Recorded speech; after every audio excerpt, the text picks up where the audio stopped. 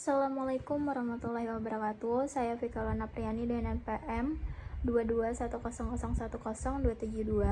Di sini saya akan memenuhi tugas yaitu tentang bahasa sumber dan juga analisis leksikal. Di slide pertama ini ada pengantar yaitu tentang kompilasi. Kompilasi ini adalah sebuah proses di mana kode yang ditulis dalam bahasa pemrograman yang mudah dibaca seperti C++, Java, ataupun Python diubah menjadi bahasa mesin yang bisa dimengerti oleh komputer.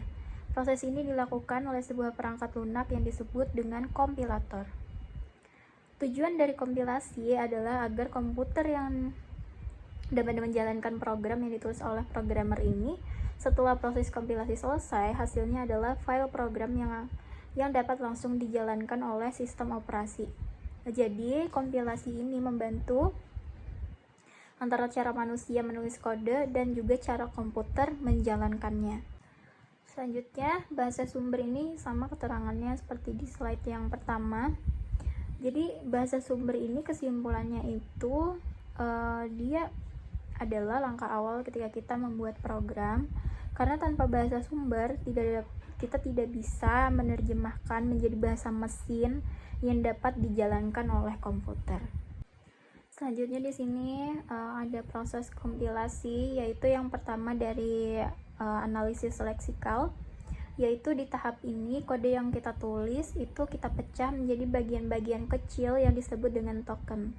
Token ini adalah kata-kata dan juga simbol yang memiliki arti tertentu dalam kode, seperti nama variabel, angka, ataupun operator. Contohnya itu seperti tanda plus dan juga tanda strip. Jadi ini seperti memecah kalimat menjadi sebuah kata-kata. Yang kedua adalah analisis sintaksis dan juga semantik. Setelah kode dipecah menjadi token, langkah berikutnya adalah memeriksa apakah kode tersebut sudah terstruktur dengan baik dan memiliki makna yang benar. Analisis sintaksis ini memeriksa apakah susunan kata-kata dalam proses kode ini mengikuti aturan yang benar. Misalnya, apakah semua tanda kurung dibuka dan ditutup sudah benar. Terus, analisis semantik ini memeriksa kode tersebut, misalnya seperti apakah kita menggunakan variabelnya ini sudah dideklarasikan dan juga melakukan operasi yang sesuai. Setelah itu ada optimisasi kode, yaitu pada tahap ini kita berusaha untuk membuat kode yang lebih efisien. Berarti kita mencari cara untuk membuat kode berjalan lebih cepat dan menggunakan lebih sedikit sumber daya. Misalnya tuh seperti kita menghapus bagian kode yang tidak perlu atau menyederhanakan logika yang rumit. Selanjutnya yang terakhir ada generasi kode. Di tahap akhir ini kompilator menghasilkan kode yang bisa dijalankan oleh komputer. Ini adalah bentuk akhir dari kode yang sudah diubah dan sekarang siap untuk dieksekusi. Jadi setelah langkah ini kita punya program yang dapat langsung dijalankan oleh komputer.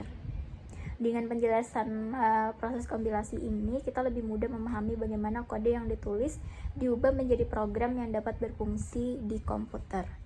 Selanjutnya di sini ada analisis leksikal, yaitu langkah pertama dalam proses kompilasi di mana kode yang kita tulis itu dipecah menjadi bagian-bagian kecil yang disebut dengan token. Terus tujuan utama dari analisis leksikal ini adalah membuat kode itu lebih sederhana dengan membaginya menjadi elemen-elemen yang lebih kecil dan juga mudah dipahami. Ini membantu dalam langkah selanjutnya, yaitu analisis sintaksis di mana kompilator ini akan memeriksa apakah susunan bagian-bagian tersebut sesuai dengan aturan yang berlaku. Dengan kata lain, analisis leksikal ini mempermudah kompilator dan memahami proses kode yang kita tulis. Jadi secara keseluruhan, analisis leksikal ini adalah proses yang penting karena membantu kompilator memahami dan mengelola kode yang lebih efisien.